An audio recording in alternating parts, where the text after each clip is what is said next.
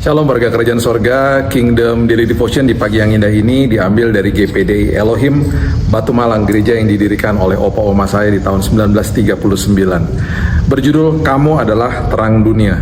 Matius 5 ayat 14 mengatakan, kamu adalah terang dunia, kota yang terletak di atas gunung tidak mungkin tersembunyi. Nah, kita ini hidup dikelilingi sama kegelapan dunia.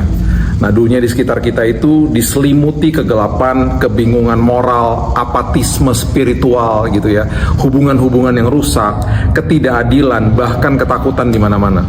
Berita-berita dipenuhi dengan tragedi. Banyak orang di sekitar kita hidup tanpa harapan dan mencari kesenangan dalam hal-hal yang fana bahkan. Nah, Yesus yang sepenuhnya menyadari kehancuran dunia ini menyatakan sesuatu yang luar biasa. Dikatakan kamu adalah terang dunia. Dia tidak mengatakan untuk menunggu kegelapan itu lenyap. Dia memanggil para pengikutnya, kita semua yang menjadi pengikut Kristus, untuk bersinar tepat di tengah-tengah kegelapan. Kita bersinar bukan karena kebaikan atau kebijaksanaan kita sendiri, tetapi karena kita memantulkan terang Kristus yang ada di dalam sini. Seperti bulan yang memantulkan matahari, hidup kita dimaksudkan untuk mencerminkan kasih, kebenaran, dan kekudusan Yesus. Ya, Yohanes 3 ayat 19, ayat yang luar biasa mengatakan begini, terang telah datang ke dalam dunia, tetapi manusia lebih menyukai kegelapan daripada terang sebab perbuatan-perbuatan mereka itu jahat. Ya, bayangkan, Yesus sudah hadir sebagai terang dunia, tetapi tetap saja banyak manusia yang memilih untuk tidak mau percaya kepadanya. Inilah arti manusia lebih menyukai kegelapan daripada terang. Kita tidak kebal terhadap kegelapan di sekitar kita. Godaan, keputusasaan, ketakutan itu selalu mengancam untuk meredupkan terang yang Tuhan sudah tempatkan di dalam sini. Namun, Tuhan tidak membiarkan kita tidak berdaya. Kuasanya sanggup menolong asal kita mau hidup di dalam kebenaran firman-Nya.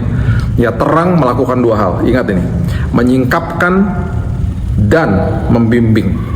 Kita menyingkapkan kegelapan hanya dengan menghidupi kebenaran firman. Hidup jujur dan penuh dengan kasih Kristus, itu pasti kita menyingkapkan kegelapan yang ada di dalam dunia. Kemudian apa? Terang itu adalah kebenaran firman.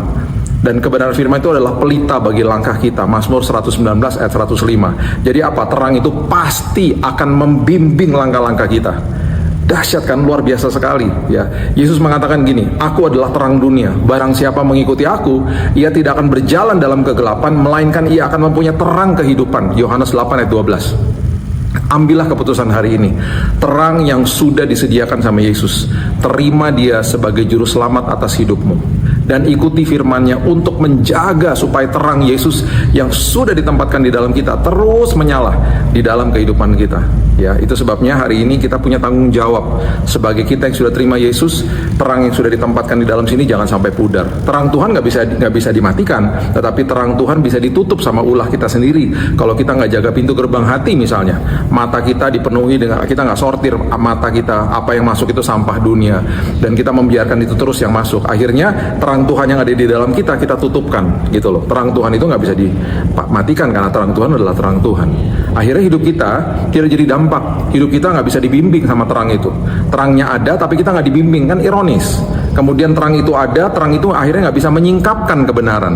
Kita harusnya kan kalau kita hidup di dalam kebenaran, kita bisa menyingkapkan kegelapan-kegelapan di dalam kehidupan kita. Kita bisa makin mengerti ini loh, kebenaran ini, kesalahan dan lain sebagainya. Dan orang diberkati, orang bisa lihat kita jadi mercusuarnya Tuhan yang merupakan terang di tengah-tengah kegelapan. Yuk kita mulai hari ini dengan doa. Terima kasih Bapak yang baik, terima kasih mengucap syukur buat hari yang indah. Kami mulai hari yang baru, dan kami sadar terang Tuhan sudah ditempatkan di dalam kami. Kami punya tanggung jawab untuk menjaga terang itu. Kami punya tanggung jawab untuk membiarkan terang itu bersinar melewati hidup kami, supaya kemuliaan Tuhan dinyatakan. Dan terang itu Tuhan berguna bagi kami untuk membimbing langkah-langkah kami. Terang itu berguna bagi kami untuk menyingkapkan kegelapan Tuhan, supaya dunia bisa melihat langkah-langkah hidup kami, tindakan perkataan kami sesuai seturut dengan firman kebenaran.